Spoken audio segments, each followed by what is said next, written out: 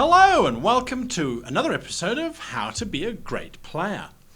In today's episode we continue to look at the different types of character that you can play, and we're going to be looking at the ambassador type.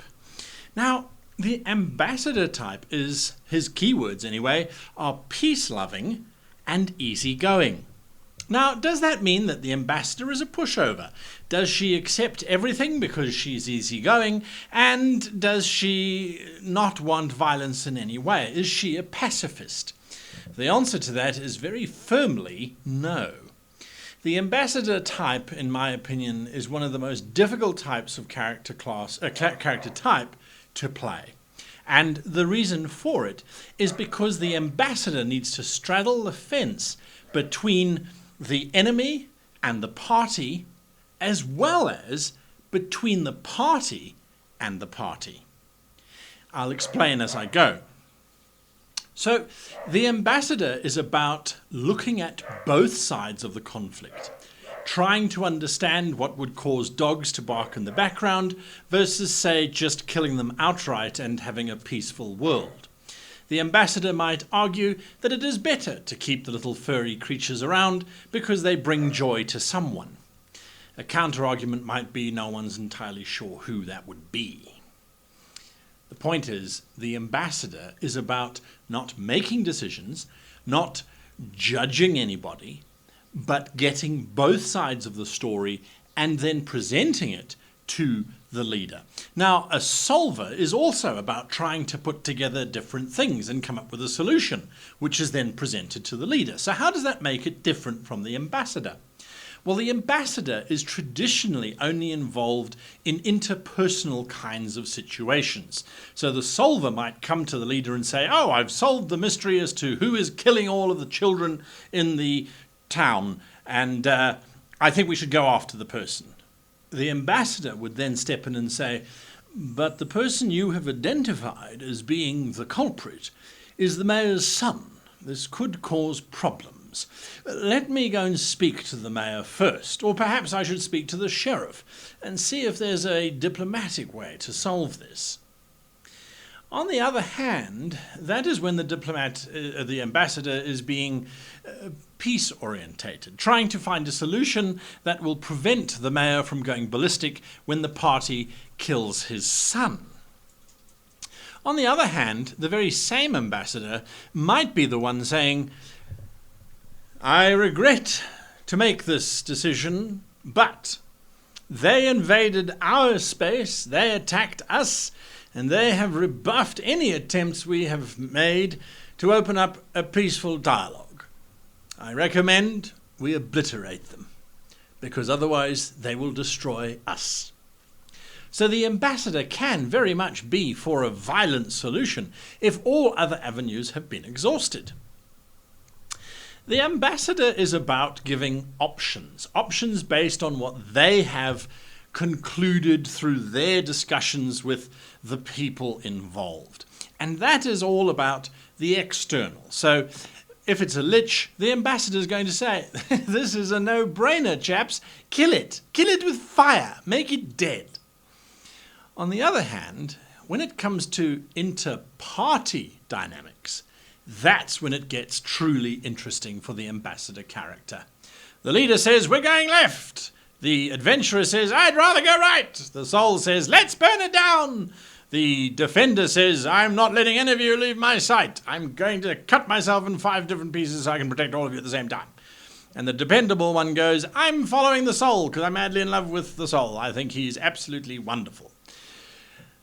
The ambassador is the one who then sits down and says, "Very well, let us negotiate. Leader, you want us to go there. Adventurer, you want us to go there. Solver, you feel that the answers that we seek are over there. And soul, you just want to burn it all down. Well, let's look at it from different perspectives and see if we can find out which is the better option for all of us. Perhaps we should split the party, perhaps we shouldn't. That's a decision that the leader can make. But he needs to make an informed one. So, Soul, why do you want to go that way? Why do you want to burn this place down? Why not explore the artistic intricacies that lie within? Adventurer, Yes, that does certainly seem to be the less trodden path, but perhaps that's for a reason. And we can always come back. There's no reason why we can't. Leader, you have heard the reasons why your people want to go in different directions. Are you so fixed on your course that you will not alter it to appease those that follow you? Because we can also always come back for your path too. So the ambassador is at times going to be rooting for the side of the followers within the party, and will be in conflict with the leader, and at times will also be rooting for the leader and will be in conflict with the party. And it's about juggling that kind of relationship that makes the ambassador such an interesting and complex type to play. I say class, sorry, I mean type. It's a really complex type.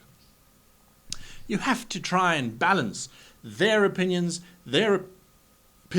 and make sure that everybody comes together and is ultimately happy in the end.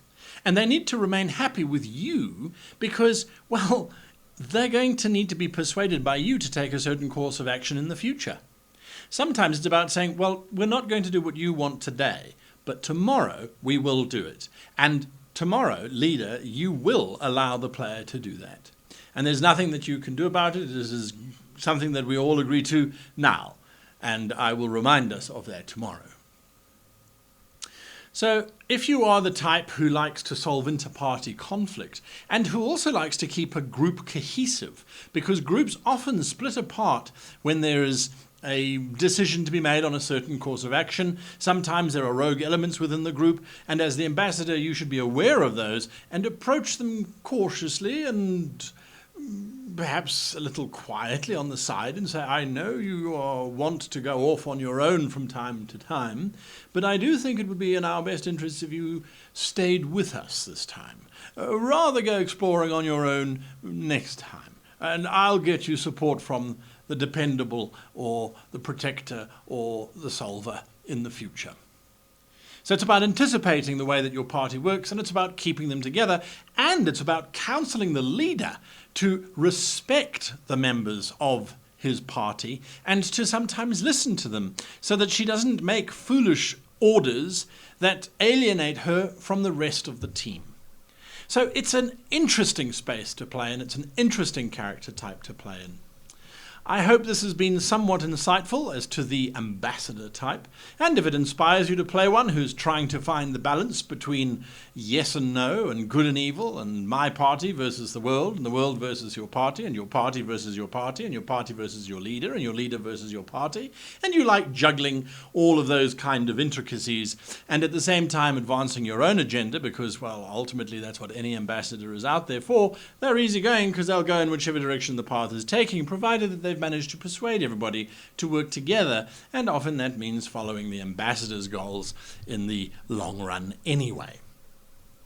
I hope this has been useful. If it has, hit that like button, hit that subscribe button, and as you know, we are on Patreon. You can look at the link next to me and go through and support us there, and there's all sorts of interesting things that you will get for being a Patreon. And if you're not a Patreon, we still love you because you write those wonderful comments below. Keep them coming. If you haven't been to our website recently, www.greatgamemaster.com, have a look. There is a new section there where you can add in topics that you would like us to discuss in future episodes. And if you're a Patreon, you can actually vote on which topics will be turned into videos sooner rather than later. Until next time, happy playing.